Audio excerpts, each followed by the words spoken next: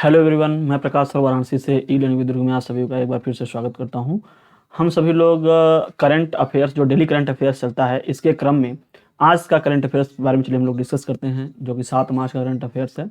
यह super TET परीक्षाओं के लिए बहुत ही एक तरीके से कहें बहुत ही हेल्पफुल होगा। करंट और विविध के प्रश्न इसमें आते हैं। ये टॉप जो 10 क्वेश्चन डेली चलता रहता है उसी के क्रम में हम लोग आज यहाँ पर उपस्थित हुए हैं। तो चलिए प्रारंभ करते हैं आज की क्लास। देखते हैं आज का सबसे पहला प्रश्न। तो आज का जो सबसे पहला प्रश्न है वह है कि 31वें दक्षिण पूर्व एशियाई खेल का आयोजन वियतनाम में कब शुरू होंगे।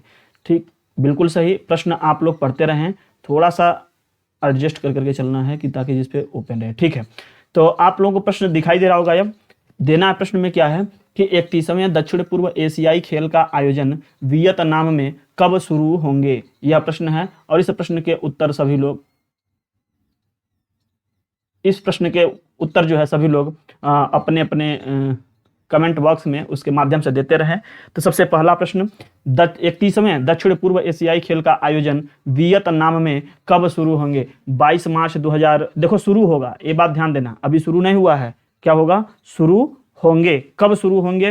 22 मार्च 2022 को, 1 अप्रैल 2022 को, 12 मई 2022 को, या फिर 24 मई 2022 को। तो सभी लोग इस प्रश्न का उत्तर करते रहें। करंट के बेहतरीन क्वेश्चन जो राष्ट्र हित में, देश हित में आप लोगों को सिराजे हिंद जौनपुर से प्राप्त होता रहता है, और बहुत सारे विषयों की आप लोग क्लास मिल रही है। जितने भी लोग हैं सभी लोग वो क्लास को शेयर कर दें, लिंक को शेयर कर दें, और चलिए हम लोग चर्चा करते हैं। जी हाँ, इस प्रश्न का जो उत्तर होगा वो होगा 12 मई। ठीक, 12 मई से यह प्रारंभ होगा। चलिए आइए देखते हैं, इसके थोड़ा सा डिस्क्रिप्शन होगा इसके उत्तर के बारे में, थोड़ा और कुछ जानते हैं। तो जो 31वां जो दक्षिण पूर्व एशियाई खेल है वह ध्यान देना 12 से 23 मई तक 2022 में, ठीक है, यही जो 2022 चल रहा है इसमें 12 से 23 मई 2022 तक वियतनाम में आयोजित होगा। कोरोना के कारण, किसके कारण? ध्यान देना, कोरोना, जो कोरोना चल रहा है, लगभग इसमें 10,000 खिलाड़ी भाग लेते हैं, तो बहुत सारे लोग यहाँ पे इकट्ठा होंगे। तो इसलिए क्या हुआ कि कोरोना के कारण इसको अब करवाया जा रहा है 12 से 23 मई के बीच में। इस खेल में 526 आयोजनों के साथ 40 खेल होंगे। यह दक्षिण पूर्व एशिया का सबसे बड़ा होता है, सबसे बड़ा खेल का आयोजन होता है, और एक द्विवार्षिक आयोजन है, अर्थात 2 वर्षों में यह एक बार होता है। यह कार्यक्रम मूल रूप से नवंबर 2021 में होना था।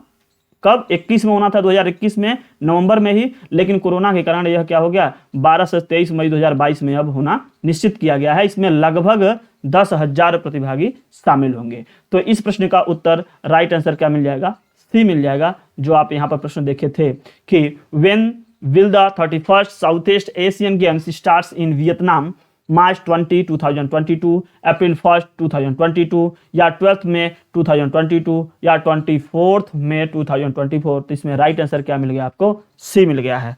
इतना ज़्यादा लाइट क्यों ऊपर नीचे हो रही, नहीं समझ में आ रहा है आज। आगे चलिए देखते हैं नेक्स्ट क्वेश्चन में। क्वेश्चन आपके सामने सेकंड वाला दिख रहा है, इसमें ध्यान देना। स्वच्छाग्रह कार्यक्रम का आयोजन कब किया जाएगा? किसका? स्वच्छाग्रह, इस कार्यक्रम का आयोजन कब किया जाएगा? ध्यान देना, ये भी आपका अभी हुआ नहीं है, किया जाएगा ये पूछा जा रहा है। तो इसमें आपका उत्तर मिल रहा है 6 मार्च, 7 मार्च, 8 मार्च या 9 मार्च, इसमें से क्या होगा? तो इसका जो राइट आंसर आएगा वो आएगा 6 मार्च। क्या? 6 मार्च को यह आयोजन किया जाएगा। चलिए आगे देखते हैं, इसके बारे में थोड़ा और जानकारी ले लेते हैं कि यह संस्कृति मंत्रालय, किसमें? संस्कृति मंत्रालय, जल शक्ति मंत्रालय, आवास और शहरी मामलों के मंत्रालय, सुलभ इंटरनेशनल के सहयोग से, अर्थात इन सभी लोगों के सहयोग से 6 मार्च 2022 को एक कार्यक्रम आयोजित कर रहे हैं। यही जो अभी आप लोगों ने देखा है, कौन सा? स्वच्छाग्रह कार्यक्रम। ठीक, कब होगा? यह होगा आपका 6 मार्च 2022 को। इस कार्यक्रम का नाम स्वच्छाग्रह रखा गया है। ध्यान देना, इस आयोजन का उद्देश्य क्या है? स्वच्छता, स्वाधीनता, सुलभ पर ध्यान केंद्रित करना। ठीक, जन जन को क्या करना? जागरूकता को प्रोत्साहित, जन जन को जागरूक करना, ऐसा। तो यह कब मनाया जाएगा? 6 मार्च 2022 को। कौन कौन मंत्रालय इसमें सपोर्ट कर रहे हैं? संस्कृति मंत्रालय, जल शक्ति मंत्रालय, आवास और शहरी मंत्रालय, ठीक, सुलभ इंटरनेशनल, ये सबके सहयोग से यह मनाया जाएगा। नेक्स्ट क्वेश्चन है प्रश्न संख्या 3। किस राज्य सरकार ने ऊंट संरक्षण व विकास नीति लागू करने की घोषणा की है? अब आपको पता है कि ऊंट के बारे में जो बहुत ज्यादा कार्य होता है, ऊंट के बारे में, ऊंट को लेकर करके, ऊंट से संबंधित, वह कहाँ है और कौन करता है, या फिर ऊंट कहाँ के लिए फेमस है, आप सभी लोग जानते हैं। पंजाब, छत्तीसगढ़, कर्नाटक, राजस्थान। तो उत्तर क्या आ जाएगा आपका? राजस्थान। ध्यान रखिएगा, ऊंट के बारे में अगर आप लोग संरक्षण के लिए अगर आगे नहीं आए तो बहुत ही कुछ दिन बाद में बहुत कमी हो जाएगी इनकी। आप जानते होंगे या फिर नई रिपोर्ट्स के अनुसार कुछ लोग पता होगा, कुछ नहीं जानते होंगे कि ऊंटों की संख्या बहुत तेज घट रही है। नागालैंड और मेघालय जो राज्य हैं उसमें अगर देखा है तो आधिकारिक रूप से कोई भी ऊंट नहीं है, एक भी ऊंट वहां पे नहीं बच पाए हैं।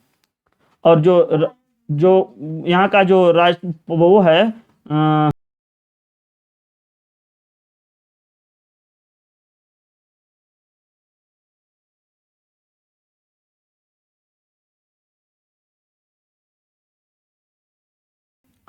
तो यहाँ पर आप देखिएगा राजस्थान सरकार जो है, राजस्थान सरकार का जो राजस्थान का राज्य पशु है वह क्या है? ऊंट ही है। तो ऊंट आप अगर बात करोगे कि किस राज्य सरकार ने ऊंट संरक्षण व विकास नीति लागू करने की घोषणा की है, तो राजस्थान ही है। चलिए आइए इसके बारे में थोड़ा सा जान लेते हैं। राजस्थान सरकार ने ऊंट संरक्षण व विकास नीति लागू करने की घोषणा की है। यह घोषणा ऐसे समय में की गई जबकि राजस्थान ही नहीं बल्कि समूचे पूरे देश में, पूरे भारत देश में अगर हम बात करें तो यहाँ पर ऊंटों की संख्या लगातार कम हो रही है। और यहीं पे हमारे दो राज्य ऐसे आपको दिखाई देंगे, नागालैंड और मेघालय, जहां पर क्या हुआ कि एक भी ऊंट नहीं बचा है। ऊंट कहाँ का? राजस्थान का राज्य पशु है, ये भी ध्यान दीजिएगा। राजस्थान को ऊंट का घर भी कहा जाता है, थार वाले रेगिस्तान को। ठीक, थार का जो रेगिस्तान है उसको राजस्थान का क्या कहता है? ऊंटों का क्या कहता है? घर कहा जाता है। तो प्रश्न संख्या इस जो क्वेश्चन नंबर 3 था उसका आंसर डी हो गया। नेक्स्ट क्वेश्चन, श्रीमती अन्नपूर्णा देवी देश भर के कितने शिक्षकों को राष्ट्रीय आईसीटी पुरस्कार प्रदान किए? अब ये अन्नपूर्णा देवी कौन है? कितने लोग कमेंट करके बताएंगे कि अन्नपूर्णा देवी कौन है? अन्नपूर्णा देवी शिक्षा राज्य मंत्री है। ठीक है, तो ये क्या कर रहे हैं कि कितने शिक्षकों को राष्ट्रीय आईसीटी पुरस्कार दिया गया है। तो यह पहले तो पता चले कि कितने हैं, तो इसका उत्तर तो हो जाएगा 49 लोगों को। कितने लोगों को? 49 लोगों को। ये हैं क्या? अन्नपूर्णा देवी जो कि शिक्षा राज्य मंत्री हैं, इन्होंने देश भर के 49 शिक्षकों को राष्ट्रीय आईसीटी पुरस्कार प्रदान किए हैं। क्या? राष्ट्रीय आईसीटी पुरस्कार प्रदान किया गया है 49 शिक्षकों को। किसके द्वारा? शिक्षा राज्य मंत्री अन्नपूर्णा जी के द्वारा। ठीक है, इस आयोजन पर अपने भाषण में उन्होंने बताया कि जो NEP 2020 शिक्षण के क्षेत्र में प्रौद्योगिकी के कुशल उपयोग पर जोर देता है, जो भाषा की बाधाओं को दूर करेगा और दिव्यांग छात्रों के लिए पहुंच में वृद्धि करेगा। तो यहाँ पर भाषा की बाधाओं को दूर करना और दिव्यांग छात्रों तक पहुंच बढ़ाना, यह इस पे क्या हो जाएगा? करेक्ट दिया जाएगा। ठीक, तो सी हो जाएगा यहाँ पर करेक्ट। नेक्स्ट क्वेश्चन लेते हैं। Next question, international Olympic committee IOC ने इंटरनेशनल संस्थाओं से किन देशों के खिलाड़ियों को किसी भी टूर्नामेंट में खेलने की अनुमति न देने के लिए कहा है? बताओ अभी IOC क्या कर रहा है? आपको पता है कि युद्ध कहाँ हो रहा है? रसिया और यूक्रेन के बीच में चल रहा है लड़ाई। तो वहां पर जो एक बेलारूस है, एक यूक्रेन है। ध्यान देना, एक यूक्रेन और एक बेलारूस, ये तो दोनों पास पास में आप देखोगे वो भी हैं उसी में। तो यूक्रेन वाली जो टीम है, यूक्रेन वाला, थोड़ा सा उसको ध्यान देने वाली बात है कि यह क्यों हाईलाइट में आ गए इसमें। तो इस प्रश्न का उत्तर ध्यान देना, यहाँ पर दिया गया है रूस और बेलारूस। ठीक, इसमें बात कह दिया गया, लेकिन इसके डिस्क्रिप्शन को थोड़ा चलकर देख लेते हैं। यूक्रेन के खिलाफ युद्ध छेड़ने के कारण कौन छेड़ा? रूस और उसका सहयोगी बेलारूस। ठीक, तो रूस, बेलारूस और एक यूक्रेन था। तो यूक्रेन बेचारा यहाँ पे, इसको तो नहीं मना किया गया, इसके तो सपोर्ट में सभी लोग हैं, इसको नहीं मना किया जा रहा है। कौन लड़ रहा है इससे? इससे रूस लड़ रहा है, रूस, और इसका एक मित्र है बेलारूस। ठीक है, बेलारूस। तो इन दोनों को मना कर दिया गया कि तुम लोग बहुत ज्यादा आतंक मचा रहे हो, इसलिए तुम लोगों को हम इस खेल में नहीं खेलने देंगे। ऐसा इनको शामिल नहीं किया गया। तो यूक्रेन के खिलाफ लड़ रहे हैं ये लोग, इसलिए युद्ध छेड़ने के कारण रूस और उसका सहयोगी देश बेलारूस निशाने पर हैं। इंटरनेशनल ओलंपिक कमेटी IOC जो है ने इंटरनेशनल संस्थाओं से अपील की है कि दोनों देश के खिलाड़ियों को अंतरराष्ट्रीय टूर्नामेंट में एंट्री न दिया जाए। इंटरनेशनल ओलंपिक कमेटी ने भी ब्रॉडकास्ट राइट्स को छीन लिया है। इसका मतलब आपको यहाँ पर उत्तर अगर देखेंगे तो क्या मिल जाएगा? Russia and Belarus. ऑप्शन क्या हो जाएगा? बी करेक्ट हो जाएगा। चलो नेक्स्ट क्वेश्चन पे हम लोग चलते हैं। हाल ही में भारतीय सेना अपने कर्मियों को सूचनाओं को लीक होने से रोकने के लिए कितने ऐप्स बैन कर दिया गया? मतलब इंडिया में कितने ऐप्स हैं जो वो रोक दिया गया है, बैन हो गया है, अब वो नहीं चलेंगे। कितने ऐसे ऐप हैं? तो अगर आप ध्यान दिए होंगे न्यूज में, इधर बीच अगर आप ध्यान दिए होंगे तो निश्चित तरीके से आपको पता होगा कि बीच में अभी अभी जो कुछ पहले आया था, इसमें फेसबुक था, टिकटॉक, ट्रू कॉलर, इंस्टाग्राम, ऐसा कुल मिला जुला कर करीब आप इसमें देखोगे 89 ऐप हैं। कितने? 89 ऐप्स को रोक दिया गया है। सेना ने अपने अधिकारियों और कर्मचारियों को स्पष्ट निर्देश दे दिए हैं कि इन सारे ऐप को अपने स्मार्टफोन से आप तुरंत हटा लीजिए, ठीक। और वो अब स्मार्टफोन से सोशल मीडिया का प्रयोग नहीं कर सकेंगे, ऐसा उनको स्पष्ट शासनादेश दे दिया गया है। अर्थात कुल 89 जो ऐप्स हैं उनको रोक लगा दिया गया। उत्तर आ जाएगा सी। इसमें देखिए, भारतीय सेना ने अपने कर्मियों को सूचनाओं को लीक होने से रोकने के लिए अपने स्मार्टफोन से Facebook, TikTok, true collar, Instagram, ऐसे कुल 89 ऐप्स को रोक दिया है, बैन कर दिया गया है।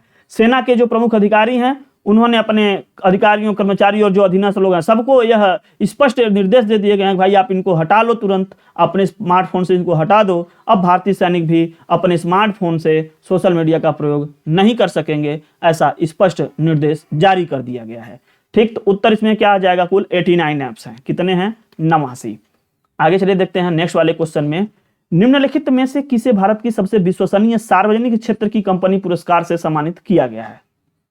सार्वजनिक क्षेत्र की कंपनी पुरस्कार से सम्मानित किया गया। विश्व की सबसे विश्वसनीय अब कौन है?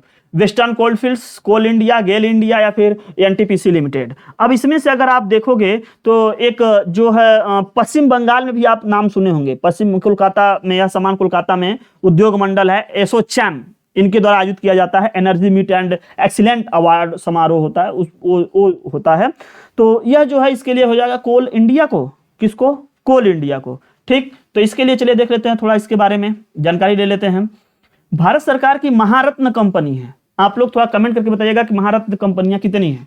कोल इंडिया लिमिटेड, यह क्या है? कंपनी है। भारत के सबसे भरोसेमंद सार्वजनिक क्षेत्र की कंपनी के पुरस्कार से नवाजा गया है इनको।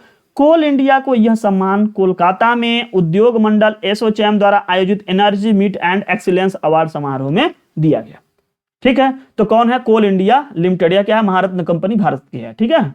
आगे देखते हैं नेक्स्ट क्वेश्चन में, क्वेश्चन नंबर 8 में, आईएसएसएफ शूटिंग विश्व कप 2022 में भारतीय खिलाड़ी सौरभ चौधरी ने कौन सा पदक जीता? रजत, कांस्य, स्वर्ण या फिर में से कोई? आप लोग पता होगा कि इन्होंने क्या जीता था? स्वर्ण पदक जीता था, ठीक, गोल्ड मेडल जीते थे। इनके बारे में थोड़ा जान लेते हैं। आईएसएसएफ शूटिंग विश्व कप 2022 में भारतीय खिलाड़ी सौरभ चौधरी ने स्वर्ण पदक जीता। क्या? स्वर्ण पदक जीता। ये क्या थे भाई? युवा निशानेबाज हैं, ठीक। इन्होंने मिस्र में आयोजित आईएसएसएफ शूटिंग में 2022 में 10 मीटर एयर पिस्टल स्पर्धा में फाइनल में जर्मनी के माइकल स्वाल्ड को 16-6 से हराकर स्वर्ण पदक जीता है। किसको हराए? जर्मनी को। वहां पे कौन थे? माइकल स्वाल्ड थे उनकी ओर से। हमारे यहाँ से कौन थे यहाँ पे भाई? भारतीय खिलाड़ी सौरभ चौधरी, इसमें स्वर्ण जीते हैं। किसमें वो जीते हैं? निशानेबाजी में, ठीक है। चलो आगे चलते हैं। भारत के किस सह संस्थापक और प्रबंधक निदेशक ने अपने पद से इस्तीफा दे दिया है? किसने दे दिया है? अश्विनी ग्रोवर, मोहन अग्रवाल, राहुल सचदेवा या फिर मोहन सेठ? तो इस प्रश्न के उत्तर में आप लोग उत्तर करेंगे ए वाले को। कौन? अश्विनी ग्रोवर को। अब भाई इन्होंने क्यों दे दिया, थोड़ा इसके बारे में देख लेते हैं क्या थे। तो भारत पे के सह संस्थापक थे, प्रबंधक थे, ठीक है। भारत पे के अश्विनी ग्रोवर सह संस्थापक और प्रबंधक एक किसके थे भाई? भारत पे के। क्वेश्चन इससे भी जोड़ करके आ सकता है। इन्होंने क्या कर दिया? इस्तीफा दे दिया अपने पद से। भारत पे ने आरोप लगाया कि ये जो थे अश्विनी ग्रोवर के परिवार और उनके संबंधियों ने कंपनी के कोष का बड़े पैमाने पर दुरुपयोग किया है और बस इसीलिए उनको ऊपर थोड़ा सा भाई तकलीफ बड़ी होगी, जांच शुरू हुआ, उनको इस्तीफा देना पड़ा। तो अश्विनी ग्रोवर के खिलाफ सिंगापुर में जांच शुरू करने के लिए फिनटेक प्लेटफॉर्म के खिलाफ दायर की गई मध्यस्थता में उन्हें हार का सामना करना पड़ा था और वो इस्तीफा दिए, ठीक। क्या हुआ था? उनके जो ये भारत पे कंपनी है उनके द्वारा यह आरोप लगाया गया कि यह और इनके परिवार वाले सगे संबंधी जो हैं यह कंपनी के जो कोष है उसका बड़े पैमाने पर क्या किए? दुरुपयोग किए, अर्थात अनऑथराइज तरीके से पैसा लेन देन किए होंगे या कुछ और भी जो उसके सामान होते हैं, सुविधाएं होती हैं, उसके इधर उधर किए होंगे। कांग्रेस नेता राहुल गांधी ने किसकी आत्मकथा उंगली ओरुवन, ठीक, को लॉन्च किया है? अब राहुल गांधी कांग्रेस के नेता हैं, एक किसकी आत्मकथा को इन्होंने लॉन्च किया? पिनराई विजयन के, चरणजीत सिंह, एम के स्टालिन के या अशोक गहलोत के? अब आपको पता है अशोक गहलोत तो कहाँ के हैं, राजस्थान से थे, इनके में है नहीं। ये स्टालिन कौन है, स्टालिन के बारे में आप बताइएगा। स्टालिन एक मुख्यमंत्री हैं, बताओ कहाँ के मुख्यमंत्री हैं? तमिलनाडु के वर्तमान मुख्यमंत्री कौन है? एम.के. स्टालिन। कौन है? एम.के. स्टालिन। इन्हीं की आत्मकथा है, ठीक। क्या है? उंगलिल ओरुवन। क्या है?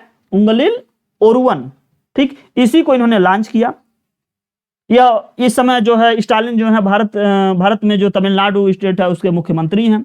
इस आत्मकथा के पहले भाग में प्रारंभिक जीवन के बारे में उन्होंने खूब बताया है, उनके प्रारंभिक जीवन के बारे में। और इसको कौन लॉन्च करवाते हैं, यह कौन सपोर्ट कर दिए भाई इसके लिए? राहुल गांधी ने, ठीक है। इसको इन्होंने लॉन्च किया। तो चलिए इसके बारे में थोड़ा देख लेते हैं। कांग्रेस नेता राहुल गांधी ने एम.के. स्टालिन आत्मकथा उंगलिल ओरुवन को लॉन्च किया है। एम.के. स्टालिन वर्तमान समय में तमिलनाडु के मुख्यमंत्री हैं। इस आत्मकथा के पहले भाग में उनके प्रारंभिक जीवन के अनुभवों के बारे में बताया गया है। तो यह रहा आज का 10 प्रश्न। 10 प्रश्न में आपके कितने सही हो पाए आप जरूर उसको कमेंट कर करके जरूर बताइएगा। इसके साथ ही हमारे आप टेलीग्राम लिंक से आप लोग जुड़ सकते हैं। आप सीधे टेलीग्राम पे जाकर के दुर्गेश सर को सर्च कीजिएगा, वहां पे जुड़ सकते हैं। अगर जो लोग यूट्यूब पर नए हैं वो लोग यूट्यूब पर अभी सब्सक्राइब नहीं कर, सब्सक्राइब कर लीजिएगा और शेयर कर लीजिएगा दूसरों को। हमारे आप फेसबुक पेज से भी जुड़ सकते हैं, दुर्गेश सर सर्च कर करके। और उसके जो ऐप की लिंक है नीचे सीधे दी गई है। हमारा जो अपनी एप्लीकेशन है प्ले स्टोर से आप जाकर के वहां से दुर्गेश सर डाउनलोड कर सकते, दुर्गेश सर सर्च करके वहां से भी डाउनलोड करके इंस्टॉल कर सकते हैं। और हमारी जो बहुत सारी क्लासेस देखते हैं, ऑनलाइन है, ऑफलाइन भी बहुत सारे चल रही हैं। तो ऑनलाइन जितने भी क्लास चल रहे हैं उसमें भी आप एडमिशन ले सकते हैं, ऑफलाइन में भी ले सकते हैं। सुपर टेट और यूपी टेट का भी बहुत सारा कोर्स हमारे यहाँ से दिया जाता है, नोट्स भी दिए जाते हैं। जिन लोगों अभी तक जो लोग नोट्स नहीं मंगाए वो दिए गए नीचे नंबरों पर मैसेज कर करके, व्हाट्सएप कर करके उसको प्राप्त कर लें। वो समय समय पर उस पर ऑफर भी चलते रहते हैं, बहुत सारे डिस्काउंट मिलते रहते हैं। तो सुपर टेट के हस्तलिखित नोट्स हैं, सभी नोट्स सभी किताबों के निचोड़ हैं, सीआरटी निचोड़ है। नोट्स के साथ प्रैक्टिस सेट भी उपलब्ध करवाए जाते हैं। बीच में अगर कोई समस्या आती है तो आपको इस वाले नंबर से जो भी आपको हेल्प दिया जाता है, हेल्प की जरूरत पड़ेगी वो दिया जाता है। तो देर ना कीजिए, आप सभी लोग जल्दी से ज्वाइन होइए। और जो लोग जौनपुर के आसपास के रहने वाले हैं, अगर वो लोग आकर करके ऑफलाइन क्लास में पढ़ना चाहते हैं तो नेक्स्ट बैच प्रारंभ हो चुके हैं। इसके बारे में जानकारी लेने के लिए आप लोग इस नंबर पर संपर्क कर सकते हैं। यहाँ पर सबसे यूपी पुलिस, लेखपाल, बीएड एंट्रेंस, सुपर टेट, इन सभी जो कोर्स हैं उसके ऑफलाइन क्लासेस चलाई जाती हैं। इसका पता है टीडी कॉलेज रोड, वेद कॉन्वेंट स्कूल, अनुपम जलपान के बगल में, जौनपुर में ही चलता है। आप लोग जाकर के वहां से पूरा इस फोन पे पता कर सकते हैं और वहां पे एडमिशन ले सकते हैं, ऑफलाइन क्लास ले सकते हैं। बहुत सारे जो प्रैक्टिस सेट्स वगैरह हैं सब में आप पार्टिसिपेट करिए और अपनी सफलता सुनिश्चित कराएं। तो आज के लिए बस इतना ही। चलिए मिलते हैं नेक्स्ट क्लास में। Thanks for watching. जय हिंद।